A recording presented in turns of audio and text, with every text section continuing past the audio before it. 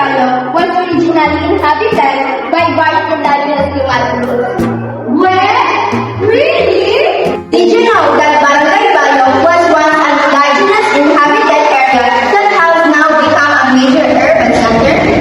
Tell us the truth! Tell us the truth!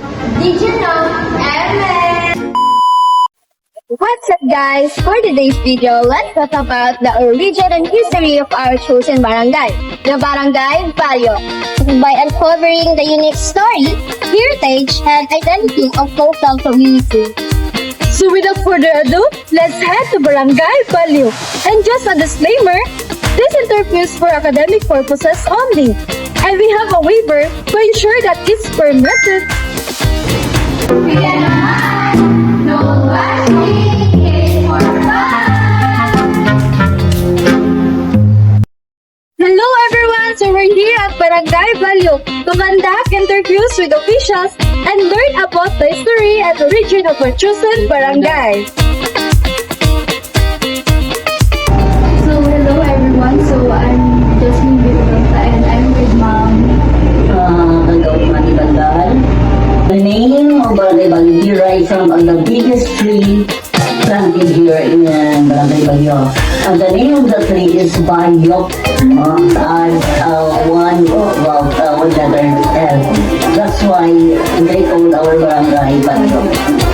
Kasi sa official nga natukod ang Barangay Bayo. Bayo was founded March 1, 1951. We are last June 19 years in 1960 parang Kinsa ako ng mga lumulupyo o mga lungad sa Barangay Bayo po. yes, different. We have a bubu. Usually, we have bubu, then what's this? There's also a lumbo. Others are smaller, but from other tribes, especially from ITs, usually they occupy the barangay at that time. So sa paagi ang mga traditional po, kung sabi sa mga tao din nagpakita sa ilang lilinganan po, sa mga tradisyon na ilang ginagawa. Like the magubo. They are the way of showing their labor, their culture. Same as ato nga sa buwano. Kung sa ato nga mga culture nga ato ipakita niya na yapon sila. Napay mga kampo lokal ng mga fiesta or tradisyon na gisaulo gihapon ng Yes. karon. And it was August 28. Yes. Starting, I think there were more than 64 or 66 years. No, 67 years celebrated the fest of San Vicente here. The Sa ang talagsaon o special sa katauhan sa Barangay Bayo kung itanggi sa abang mga barangay sa Davao City. Our constituents are very last year. They created their own way of their livelihood, especially those farmers. They earn that, and they let it grow. Tandaan ng mga tanong. Isang din, wala na sila yung mga maisan, anak, salingan, maisan, abaka before, ito mga rami, may ilang hagupon.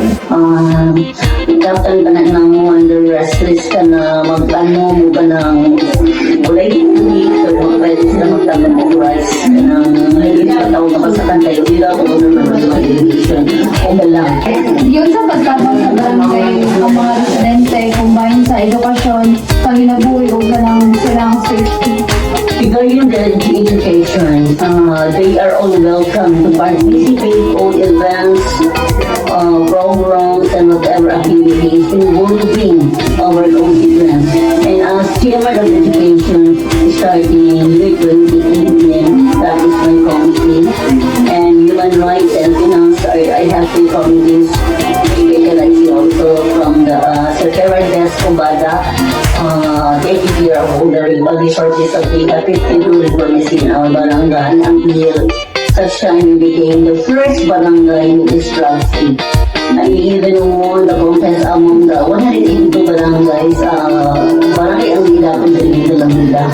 And we won that among 182 barangays, we are the winner. So we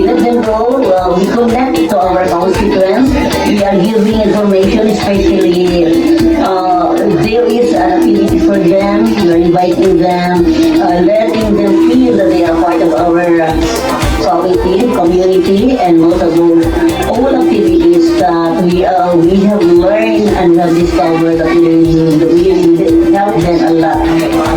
We are giving them only chances for those. Yung sa pag-maintenance sa barangay, ang kaluwasan ay labi na panahon sa kalamidad like sama sa tsunami, Some of are very blessed. Like tsunami, don't experience it. Baha, usually ang nagpapagod sa Kolkata. Then one time, we are experiencing that Pablo typhoon. And syempre na ay napitahan, especially their livelihood and the first problem na ako nakita sa mga tauhan na wala sa food. How to sustain the food and also they help. Syempre, they need medicines and a lot of services given to them. Immediately, pabayaan na ang maraming support although this giving on their needs. Ang good na bago normal, makain na po nila to start their own way of living. Kung sa'yo mo ang maingon na message, gusto mo pasabot sa mga batanon o mga sunod ng mga generation po dito sa banyo. We are very fortunate to having the very activistic here. We have Venus and Jess, and the rest iyang nasundan ni Station John Fernandez. Mga activists sila mga SPR. They are in the work that they can also support and sustain all the needs, education, physical or whatever that kinahanglan sa usa ka STU o sa kabatanon to generate their own, not just today, not just tomorrow, for the coming years nga. May pakita din sila nga ang atong is very active in my life and they know what to do, especially their own.